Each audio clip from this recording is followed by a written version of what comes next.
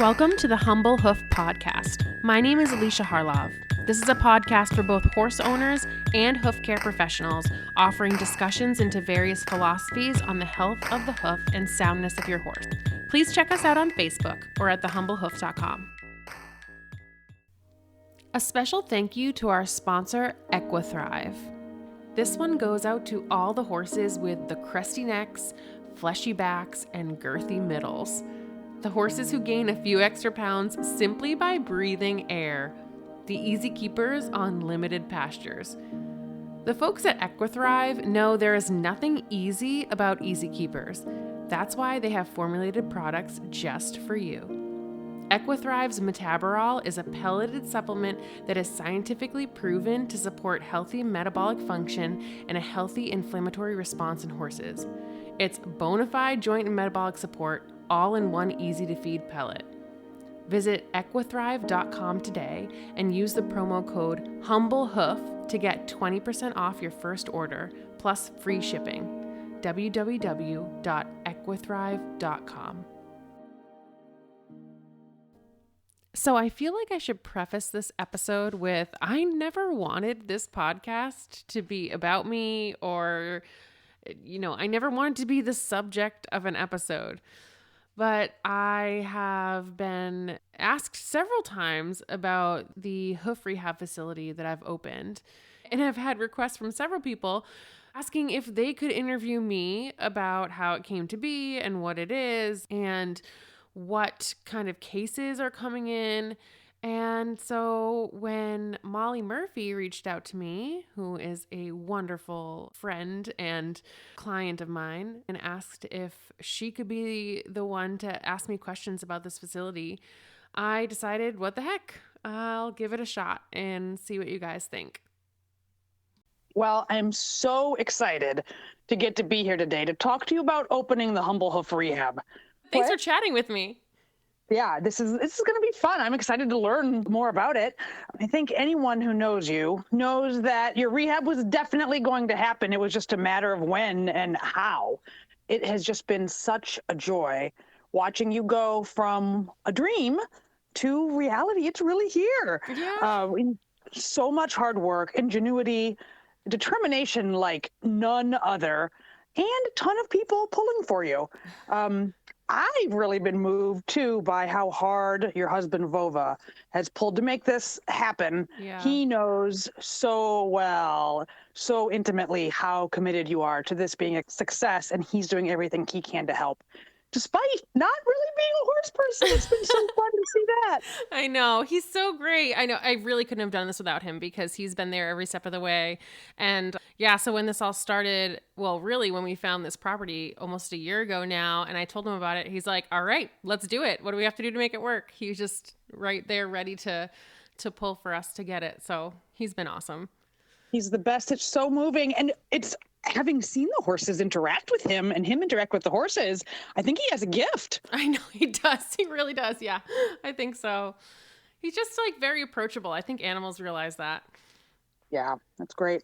Well, we all know the rehab is going to help thousands of horses in ways they may have otherwise not had the chance to achieve. And I cannot wait to learn more about what you're doing now. So tell us, what have you done? Yeah, so basically I bought a property, my husband and I bought a property specifically for the purpose of hoof rehab. So getting horses here for a certain amount of time to be able to get them more comfortable in their feet, to get them sounder, and then once they're in a better spot, they can go back home to their regular boarding situations or their regular, living situations, and then they're hopefully be ready to go back into work and have a productive life after that. Wow. Sounds promising. So how does this kind of rehab work? Yeah, so I feel like, every case that I come to, a lot of the times the things that are wrong with their feet aren't really things that are wrong with their feet. A lot of times it's their diet, their nutrition, their management, their blood work, their, other environmental issues that are causing them to have hoof issues. So for the longest time, for almost the last 10 years, I've wanted a property where those things can be controlled to give the horse a chance to grow a healthier foot.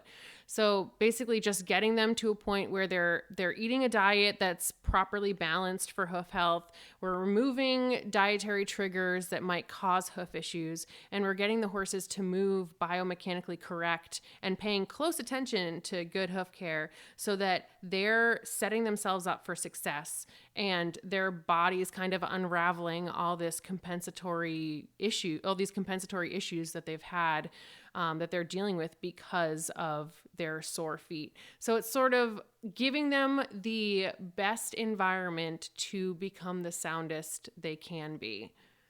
Wow. Have you seen this approach to rehab work before? Yeah, I mean, even in horses in their own home environments, we've worked through a lot of these kind of, I call it kind of like an elimination style rehab, where we kind of remove anything that might be causing a problem and see how the horse does. I've seen it work in home, at boarding environments and in people's homes, but a lot of times there are things that owners just can't do where the horse is. And I have visited in 2015, I flew to Rockley Farm Hoof Rehab in England, and seeing some of their cases was just incredible. And they had some horses with some of the worst x-rays and MRIs, and those horses came back to ridden work. And not just ridden work like flat work, but back to like eventing and fox hunting.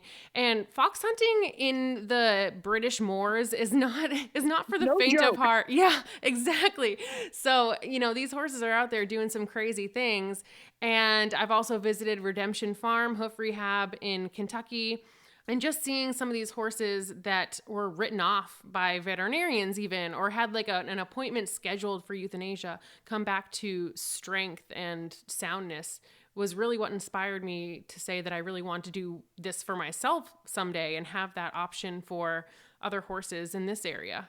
After a horse lives at a rehab like yours, do they then need to live in that sort of environment the rest of their lives? I think that kind of depends on the case.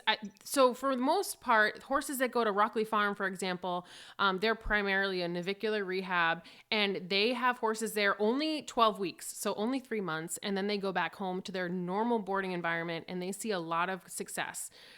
There are some horses, though, that, for example, are maybe really sensitive to grass. And so if you have a horse that does really well because we're removing a grass trigger, and then they go home and there's only grass turnout, the owner might have to either make a situation that has no grass or move them to a different barn. So that's something that's individual to the horse. But otherwise, once you get them growing a stronger foot and then start building up their strength in those internal structures, a lot of times they take that to wherever they go. It's like giving them that head start they needed, and then they can continue building strength in whatever environment they're in. Obviously, personally, I think that it's best for horses to be moving as much as possible and outside as much as possible and on a diet that is going to be, conducive to or helpful to growing and keeping those good lamina connections in the feet. So that's something where horses that leave here will get a folder of recommendations that I send along with them. But a lot of times they can go back to a similar environment to what they were in previously. And as long as there's a few little tweaks to make sure that they're getting what they need, they can do really well. Right. So back to actually starting this rehab, I know it's been certainly a journey to get to where you are now, which is you have a rehab and it's open and you are accepting cases. What got you interested in starting a hoof rehab? Yeah, so I think some people that have listened to the podcast for a long time or have followed the Facebook page have heard about my horse, Vinny. He is a Mustang gelding who had actually pretty nice feet out externally. And only 5 months into owning him, he came up lame. And it was very subtle at first. It was something where the vet came out for a lameness eval and wouldn't even nerve block him because she said that she wouldn't be able to necessarily tell if the nerve block made him better because the lameness was so subtle. But I could feel it under saddle. I knew he didn't feel quite right. I knew he wasn't moving quite right. I think a lot of times owners just know what's normal for their horse and what isn't. And eventually got to the point where he was lame enough where a nerve block isolated it to his foot, and he was diagnosed with pretty severe navicular disease. So he has navicular cysts in both front feet. He has bone spurs or enthesiophytes, actually in all 4 of his feet, oddly enough. Those are these like little spurs off the sides of his navicular bone. And his front feet, we did end up eventually getting an MRI. His front feet have DDFT damage and adhesions to his collateral ligaments. And when at the time of the MRI, he also had bone edema that was, pretty active. So he had a lot going on and was sort of written off. He was kind of like, oh, well, maybe you can get him comfortable. But in order to do that, you're going to need to do corrective shoeing. And at that time, there was a new drug. I forget if it was Tildrin or Osphos, but it was one of the bisphosphonates that was being pushed for navicular. And, the vet recommended Equiox, just like having him live on Equiox, and said eventually, because it's a quote unquote degenerative disease, he'll I need to have a neurectomy or be retired or be euthanized. And people that know me know that I'm like really stubborn and really determined and really persistent. And I thought, that can't be right, because a few weeks ago I was riding him and he felt awesome all the time. And then we went on a trail ride where he suddenly, took a funny step and now he has to be retired someday. Like, it just didn't make sense to me. And so I started just pursuing everything I could to learn more about navicular. And that brought me to a whole bunch of resources. And eventually that's what led me to Rockley Farm. And I knew that I wanted a property someday. At that point, I knew I couldn't do it right then. I mean, this was, again, almost 10 years ago. I wanted a property someday where I could have Vinny and he could live there and get better and thrive and be sound and comfortable, because I saw horses at Rockley with worse x-rays and worse MRIs than Vinny, and they were back out eventing. And so I was like, okay, well, maybe he would fall into that small percentage that was like a non-responder, but I wanted to give him that chance. And so basically the last, when was that? The last 8 or 9 years have been me working towards getting this property so that I could have a place for horses like Vinny, and for Vinny to come to, that they could become sound and comfortable and give their owners that ability to have their horses, have a sound, productive life for the long term. So Vinny gets to come home to that soon, huh? Yeah, I hope so. We're shooting for March or April. It's tough because he is in a free lease situation right now, and I didn't want to just like pluck him right out of that, because he lives with some other horses that he's, kind of keeping company, and they really love him there. And they've been so supportive of this whole journey, and it's been great. I still see him all the time. He's only 5 minutes from where we live now. So I'm almost a little nervous to take him home, and because he loves his buddies over there, but he'll have a herd over here, so he'll be good. That's amazing. Well, we're all grateful that Vinny pulled you into this remarkable journey. So speaking of the journey, tell us a little bit about what it's taken to get to this point. Yeah. So, I mean, I feel like it's a never ending journey. I started by shadowing a bunch of different farriers in my area. I apprenticed under June O'Brien. I worked with Bethlyn Lewis. I've shadowed, countless farriers. I don't even think I could name them all. And it got to the point where I just needed more. Like, I needed to learn more. I joined PHCP, which is Progressive Hoof Care Practitioners, and I went through their entire certification process. In order to do that, that was 9 mentorships. I had to travel across the country. I've been up and down both coasts working with various mentors for them. I had to do webinars and clinics and conferences. And not only that, but I also did things that were not in the program. I worked with Eponamind in California. I went to Root and Riddle in Kentucky. I did some clinics with Daisy Bicking in Pennsylvania, and she also did one here in Massachusetts. I've hosted a few clinics with Pete Ramey and a bunch of different hoof care providers. This past April, I did one with Paige Poss, Derek Poupard, Stuart Muir, Yogi Sharp. And really, it's just been kind of obsessively learning from as many places and as many people as possible, because I knew that if I wanted to have a property that was going to be a rehab property, I wanted to build up my toolbox as much as I could. And I'm still trying to do that. I want to have as much knowledge as possible for any case that comes in.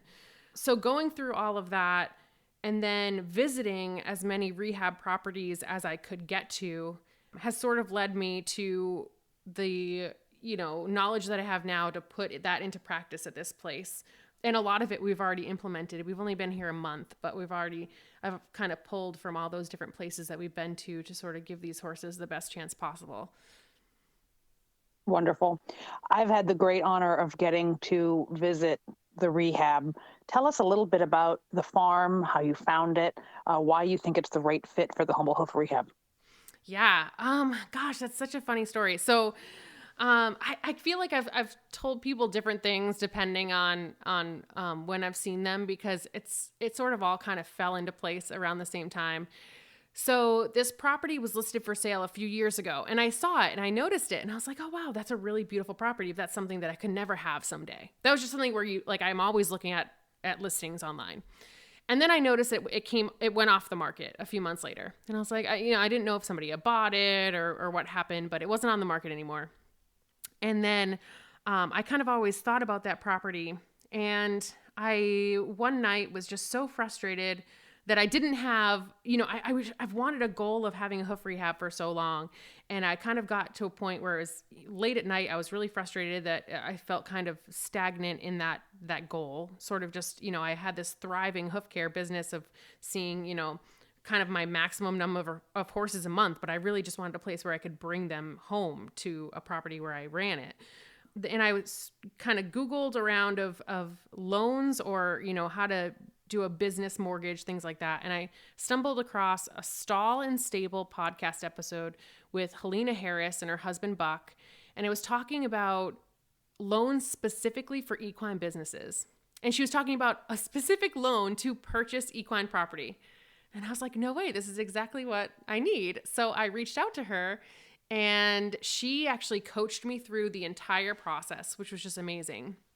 And of course, her helping me with that process didn't mean that I had a property. We had to then find a property. And the first property that popped in my head was this one, the one that we ended up getting. And I mailed a letter to the property owner because I just had the address. I mailed him a letter. And that was about around the same time that I started trimming right next door. So the adjacent property I had gone to, started trimming their horses, and I decided that this is definitely a property that I loved. I loved the location. I loved the hills. The hills on the property reminded me of Rockley Farm and the hills that helped build the top line and hind end muscles of the horses that were in rehab there. And that was basically what I knew about the property. So I mailed him a letter. The homeowner got back to me within 2 or 3 days. He emailed me and right away said that he'd be willing to sell, but he wanted it to be, he wanted to sell it for a certain price, which I totally understood. And if I was interested, that we could go look at it. So it took a little bit of time for us to work with the SBA and make sure we had secured the funds because I didn't want to waste this homeowner's time. And finally, once we came to the property to tour it, because I, obviously wasn't going to buy a property without seeing it, up close and personal. There were so many things that just were so perfect for what I wanted. Like there was a triple filtration water system for the entire property. And something that I'm always concerned about is iron and manganese in water for horses because it can really mess with their mineral balancing, which then affects their lamina connection and their hoof health. So the fact that that was already taken off of a list of things to worry about was just amazing. He already had 2 surfaced areas that were almost like half of a track that was already set up. He had already put in an extensive amount of French drains on the property, so it was mostly dry property. He had already, he had a lit riding ring, which to me is great. It's a perk, but, I cared more about the rehab than the on-site riding. He had, a barn that has a really great heated tack room and bathroom. So I knew if I was going to be having any clinics or days when people come to visit, like they have a space to go in from out of the cold. There was already a run-in shed. There's just so many things about this property that was like I could basically walk into it and set it up for what I wanted for the horses. And one thing that I think had turned off or maybe turned off horse people in the past was that there was no fencing on the property. The homeowner had taken it down when he had sold his last horse. And I loved that because I could then set up the exact fencing I wanted for the track system style turnout. So for me, it was actually less work to have no fencing on the property than to come into a property that had already established fencing that I would have to rework and pull posts out of the ground and try to figure out how I was going to deal with what they had already had. So it was just perfect for everything that we needed. And of course there was a house to live in, and I think like most horse people, we care more about the land and the barn than the house. But the house is great, and it was just, even down to the fact that the doggy doors are the perfect size for our little dog. Like it felt like the exact perfect place for what I wanted to do. It is an absolute gem. So you do have a thriving hoof care business. Are there horses you see where you think the rehab is what they need above and beyond your regular hoof care? Of course, no need to name any particular horses. Yeah. I mean, I see, a good amount of horses, about 200 horses a month, and they, there's always a varying degree of boarding situations and home environments and things like that. So there are situations where horses, I think the biggest thing is you can change the diet all you want, and you can micromanage what the horse is eating and what the horse is drinking and how many times you're picking out their feet and what thrush treatment you're putting on their hooves. But if those horses aren't able to move, then your progress is going to plateau no matter how much you micromanage them. So I have a lot of instances where the hooves are okay. They're doing okay. But usually these horses that aren't moving as much as I'd like to see have a really weak frog or a weak caudal hoof. A lot of them might have low palmar angles because their digital cushion is just not really supporting their coffin bone well. And they're just, they kind of have thinner soles or chronically just not strong feet. And those are horses that I see, I kind of call them stalled feet, as in like in a stall. Like these horses, and they might not be standing in a stall all the time, but if they're just standing in one spot where their hay is 10 feet from their water and they're just standing there, I just don't see those feet strengthening like I do on horses that are moving across acres and acres in order to get from their water to wherever they're eating. And then I do have other cases where it's usually horses in a boarding environment where the barn will only feed what the barn feeds. And I get it, because now that I have my own property, I have specific feeds that I want to feed and I feel strongly about. So I get that barn owners have feeds that they're kind of allegiant to. But in those instances, if the barn isn't able to feed something that's more helpful for hoof health, I see horses that have chronic hoof sensitivity despite regular hoof care or even, a good amount of movement. Or I see horses that are living on grass all the time, even with a muzzle that probably shouldn't be, and they kind of have relapses of laminitis every spring. Or, horses that they might need an adjustment in their pergolide medication, and the barn is, if you're dealing with 27 horses, it might be hard to ensure that one horse is eating their entire medication dosage every single day when you're trying to run around and care for so many. So there are some that I feel like, given their situation, they're as good as they can get at the moment. But if they could come to something like a hoof rehab specific property, they could do even better. That makes a lot of sense. So is this you and Vova and a beautiful farm helping horses get sounder for life, or are there any other equine professionals involved?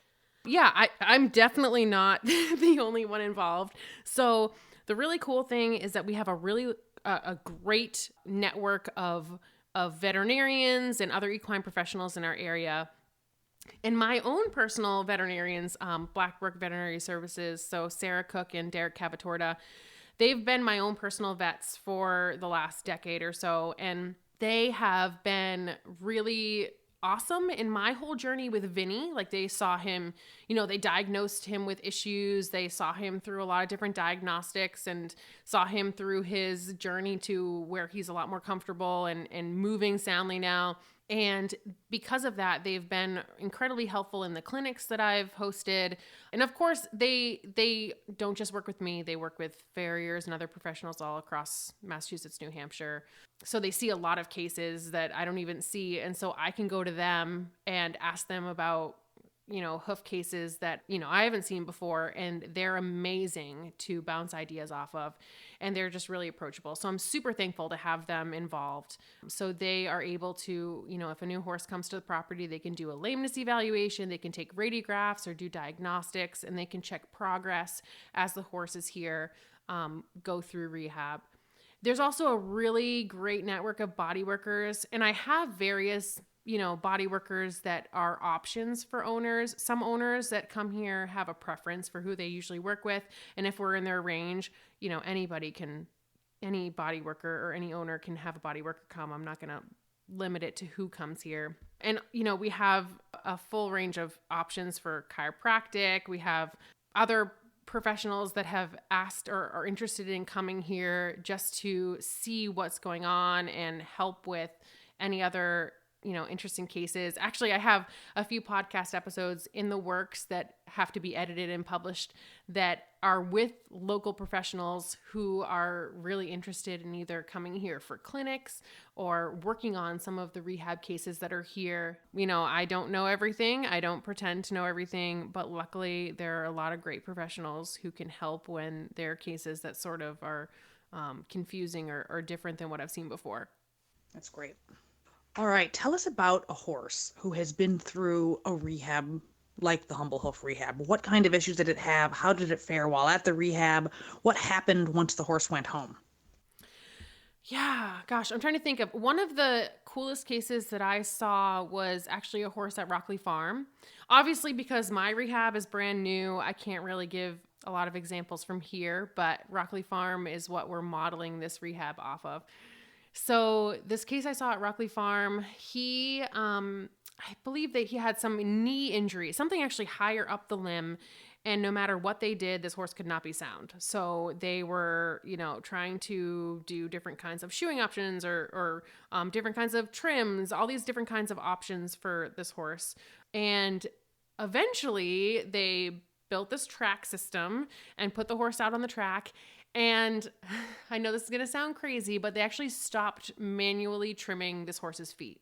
So this horse actually started self-trimming on the track because they wanted to see what he was doing with his own wear patterns. Like what did this horse, how is this horse moving? And really, I don't know if it was like, I have horses that self-trim for a little bit so I can see what that hoof is doing on its own and how that horse is moving. Because it tells you a lot about where that hoof is landing and loading and where it's getting more worn and less worn, where it's flaring. And it tells you a lot about that horse's compensation movement, their conformation and things like that. But what's interesting about this horse at Rockley was that once he actually started self-trimming, he grew these medial flares. And I think Rockley Farm has a blog post about it. I think it's called The Puzzling Hoof. So if you Google that, it should come up. But once he grew these crazy medial flares, he suddenly came up sound. And then, when the owner tried to remove those flares and say like, oh, well, this flare is causing leverage, it's causing problems, we're going to take it away and make sure that this isn't causing a problem, the horse went lame again.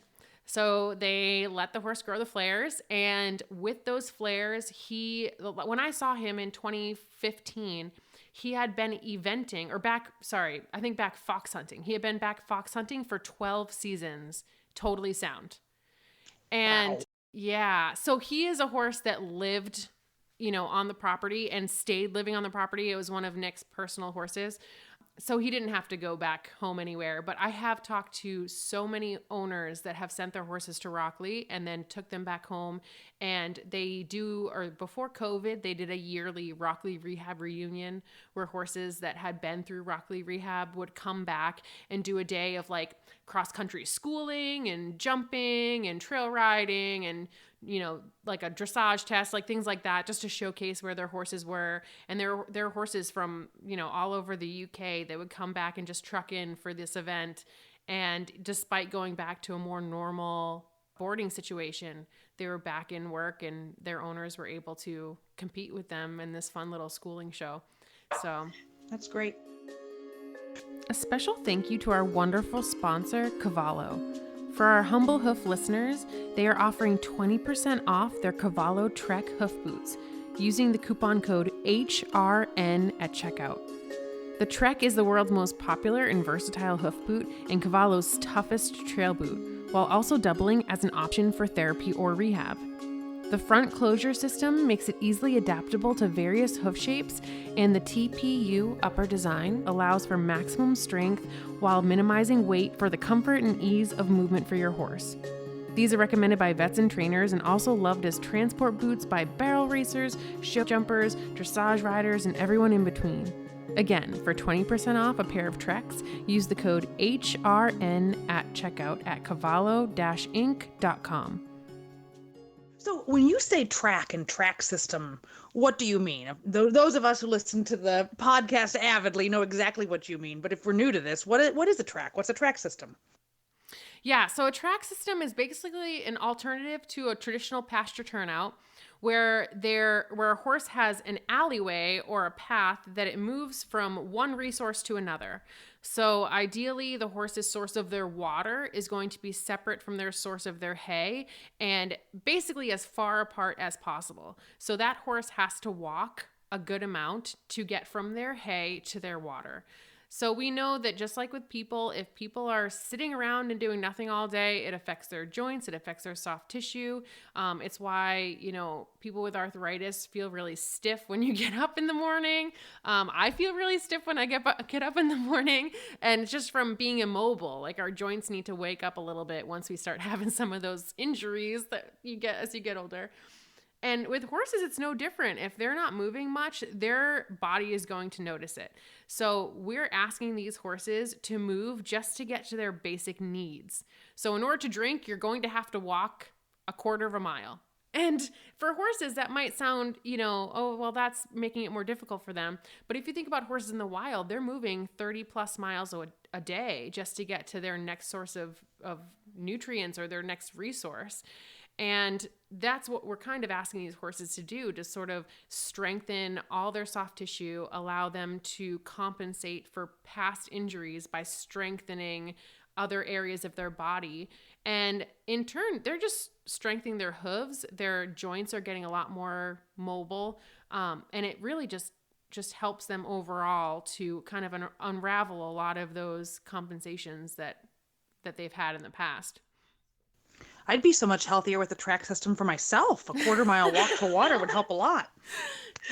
Yeah. Tell us about a typical week at the rehab. What's happening? What kind of changes are you seeing in horses? Yeah, so right now, the first two horses that came have been here just over a week. And the coolest thing that I've noticed, the second I put them out on the track, it took them maybe 2 minutes to realize that they had a cool little track to zoom around. And so the first thing they did, I have a video of it, is they took like a canter victory lap around the track. And my track right now, because it's winter, we have a winter track that I call it, that is about 3 acres. So it's the perimeter of a 3-acre field. And in the spring, we're going to expand to a bigger track on another side of the property. But this one, they did a quick canter around the 3-acre field and came back up. And when they got towards the end, I could tell they were a little bit tired because they have to go up a big hill at the end to get back to their water.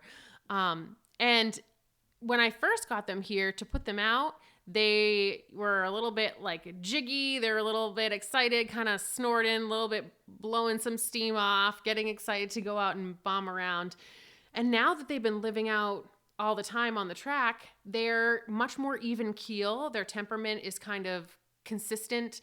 I go out to see them in the morning and I call them for breakfast and they walk up to me. They're not running. They're not, overdoing it and tweaking injuries. Because a lot of things that I see, especially with my gelding with his DDFT tears, is when I was rehabbing him and I would put him out and he had this really bad tendon tear, is that if he bombed around, he came in much worse because he went from being immobile to suddenly cantering around and re-tearing and re-injuring his soft tissue. So we want to see that more consistent movement that's not like they have to run around, they have to yahoo. They're consistently moving at a constant pace. So that's something that's really cool to watch them adjust to that. And it's really cool to see them go to the farthest area of the track because they're choosing to, because I have a few different hay stations out there, and there's still some areas of grass right now as it's being kind of churned up before lamanitic horses come, is that they'll go to the farthest area of the track and hang out, and then I'll watch them walk all the way back up over different gravel surfaces, over the sand portion of the track, walking over different surfaces for their, that's stimulating their proprioception, and seeing them come up and take a big drink of water and then mosey on down back where they were. So just in getting to those different resources, it's really cool to see them not in a rush, not in a hurry, but just like consistently using their body to get to the next thing they need. So even in just 1 week, it's really cool to see those changes. That's awesome. Are there any prerequisites a horse needs prior to arriving at the rehab? So prerequisites, so typically what I would say is that horses that come here primarily should have a distal limb lameness. So something that is hoof-based, only because if I have a horse that has like a really serious issue higher up the limb, that might take a different approach. They might need some, different care than what we're offering with focusing on the foot. So primarily it's if a horse is diagnosed with a lameness or it doesn't seem quite right and it's stemming from the lower limb. So that's really the only prerequisite. I do request that if owners don't have recent radiographs or don't have recent diagnostics, that if the horse comes here, that they allow the veterinarians here to do that. So we have a baseline and we have kind of like an intake of a pre-rehab sort of, picture of what this horse was dealing with. And then, after they leave, we can take some post-rehab diagnostics and see how that went.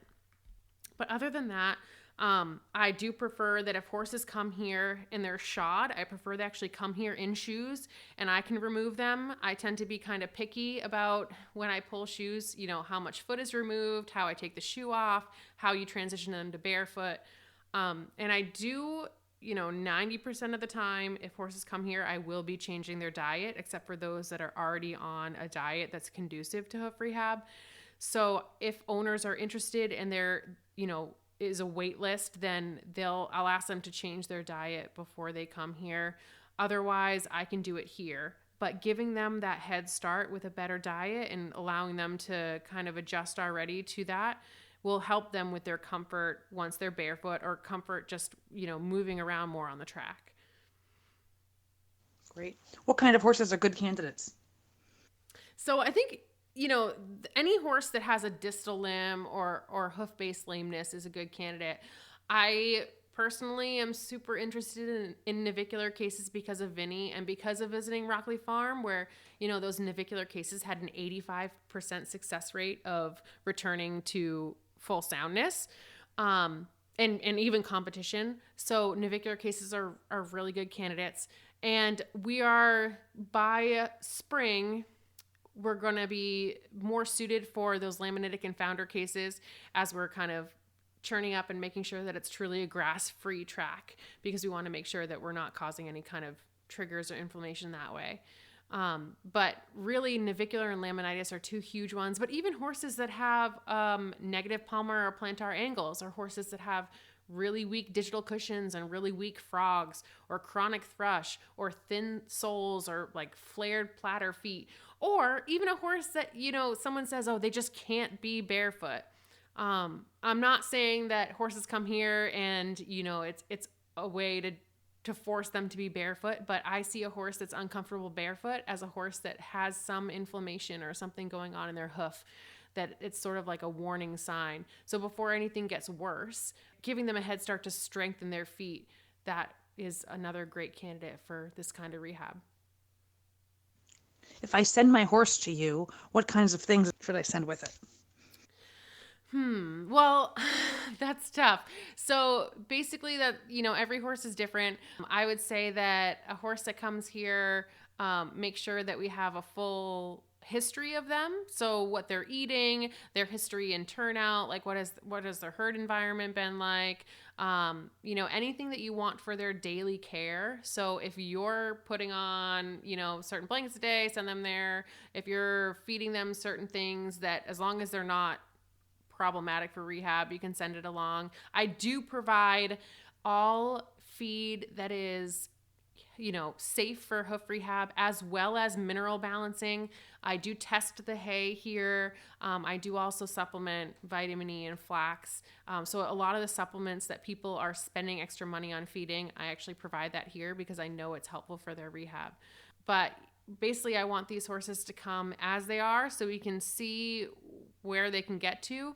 But whatever the owner feels comfortable with and really feels like they're, is necessary for their daily care, they can send that along. Great. If you could narrow down the 3 most important components in hoof rehabilitation, what would you say they are? So I've gone back and forth about this over the years. I used to say that diet was the number 1 component for hoof rehab. Like diet's going to make or break rehab. And I still believe that. I still believe that diet's incredibly important. But I would actually put movement above diet.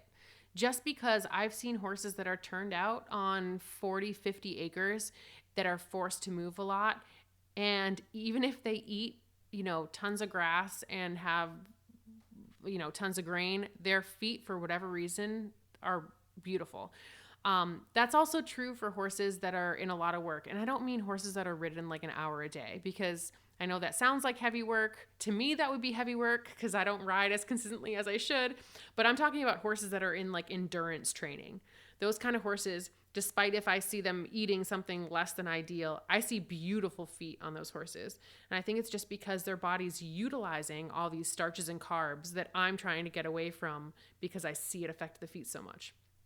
So, diet and movement are the 2 main things. And then good, proper hoof care. If I had to pick a third one, it's good, proper hoof care. So whether that's just thrush treatment, making sure that you're not letting any thrush take hold, making sure your horse isn't living in a mucky environment that has, manure and urine everywhere, or living on soiled shavings. That's another one.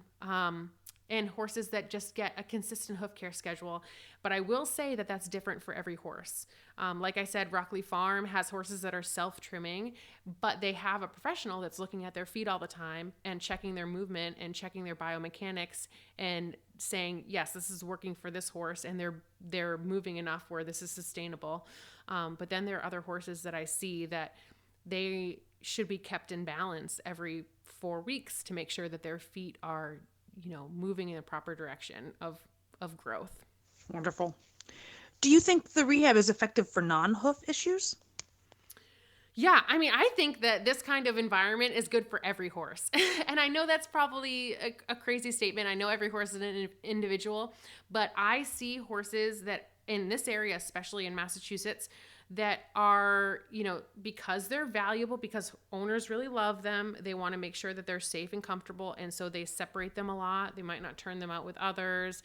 They have them in stalls a lot because they don't want them to get injured.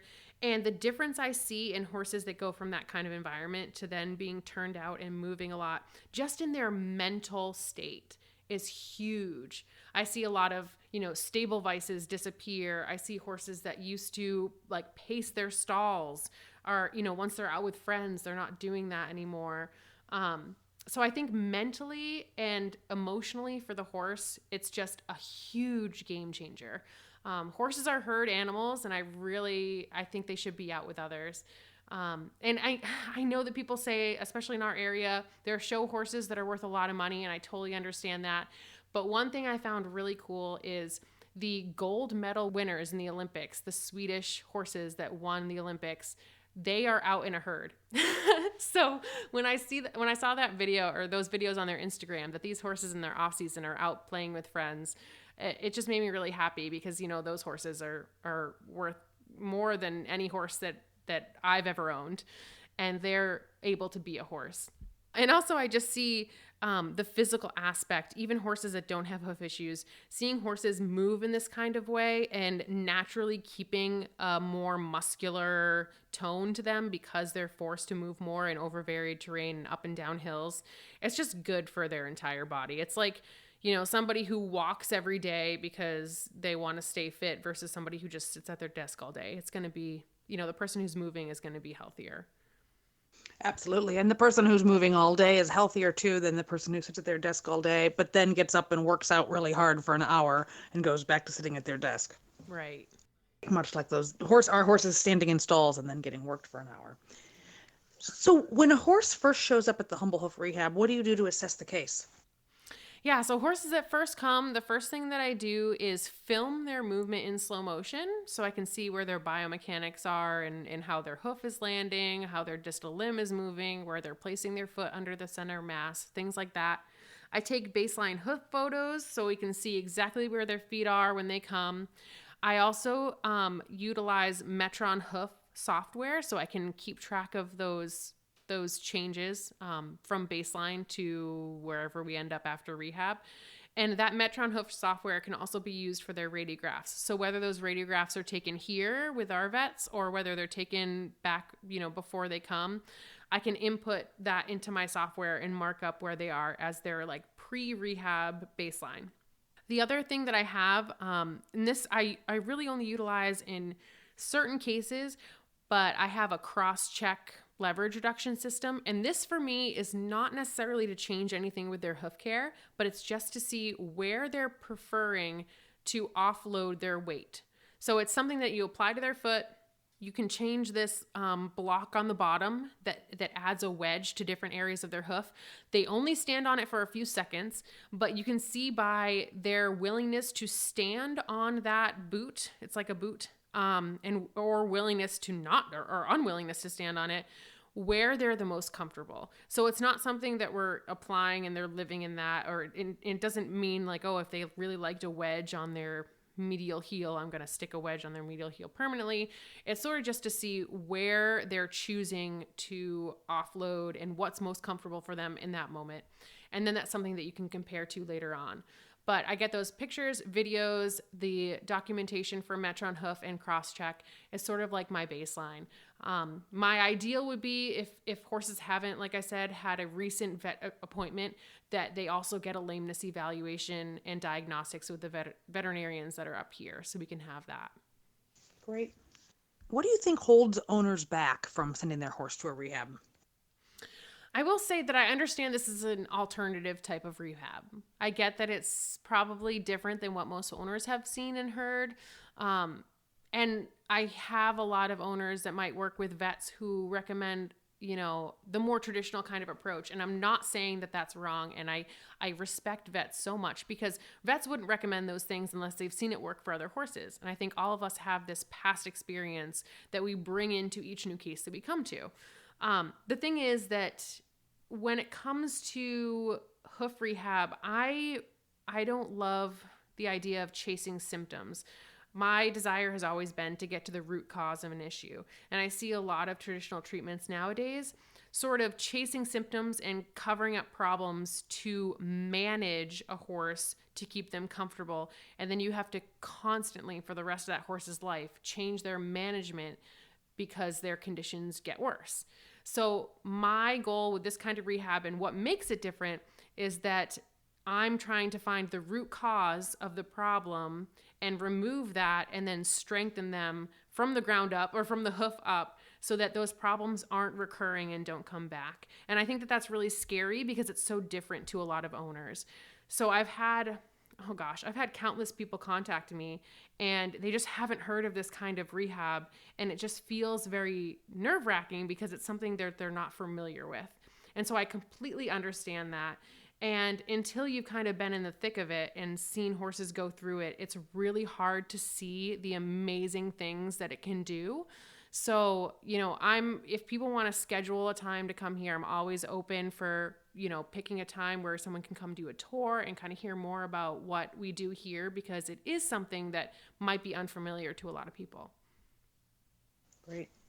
Are there any risks of sending a horse to a rehab like this? I think that's a hard question to answer. I don't know that there's specifically risks any more so than sending a horse anywhere else in any kind of boarding situation. Obviously, there's never any guarantees. There's, horses are individuals and there are things that can happen in any kind of situation at home or in any kind of boarding environment. So this to me is no more of a risk than any other option that you're going to choose. But I feel like the benefits and the rewards are so much higher. Right. Well, I know you're already so familiar with tracks from all that you've read about them and visiting Rockley, and you've been planning your own track for so long. Was there anything surprising about building your track? Don't build your track in the winter. I will say that because the ground is very unpredictable. I will say that I was super spoiled, like I said, with building this track because two sides of it were already totally surfaced for me. And a lot of the drainage was already done, but there are two sides that we've had to already put in two very large French drains. Like I said before, like muck and mud and things like that are not great for hooves and also just not great for soft tissue because they cause a lot of extra strain. So having to put that in while trying to beat the clock when it comes to frozen ground has been a little bit, difficult at times. But other than that, I think that it's going to be a kind of a living track system in the sense of we're going to have to move certain posts and corners and we're going to have to change the track based on what the horses like and don't like. So I think over time we're going to have to adapt it. We did end up, and because of that, we did end up putting in horse guard fencing, which is kind of a more permanent type electric fencing. So it does allow us to move it, but it is very secure and I think it looks really nice. But it will allow us to move the track as needed based on what we see with the horses here.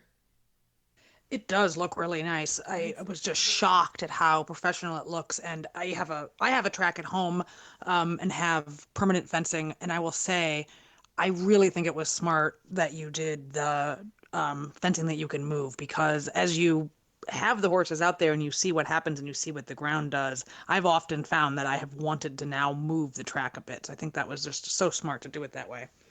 Yeah. Any advice you would give someone who wants to build their own track?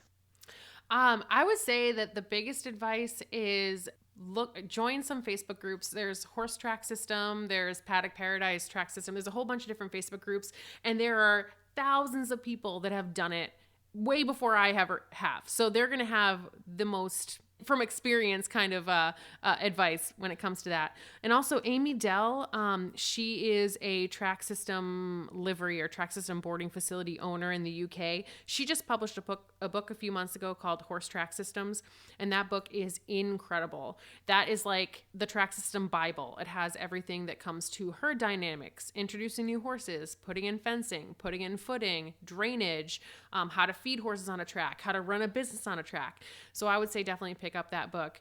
But my biggest advice, I would say, is just try it. I mean, there's really no wrong way to do it as long as you have safe fencing and you consider, make it wide enough so that horses can get away from others, especially in the corners. But, I think that trying it, you can always change it. Like I said, if you have movable fencing, you can always change it based on what you see. But sometimes you just got to jump in, I think. And it's tempting to think that if you don't have much space, there's no point in having a track. I personally have a very small amount of space, and it was incredible to see the difference that the track made in my horse's movement from paddocks to the track. Yeah. What has been the hardest part of getting to this point? Oh, gosh. I think that, oh, man, that's tough. I feel like the whole journey was so many up and downs. That's why I feel like that's a hard question to answer.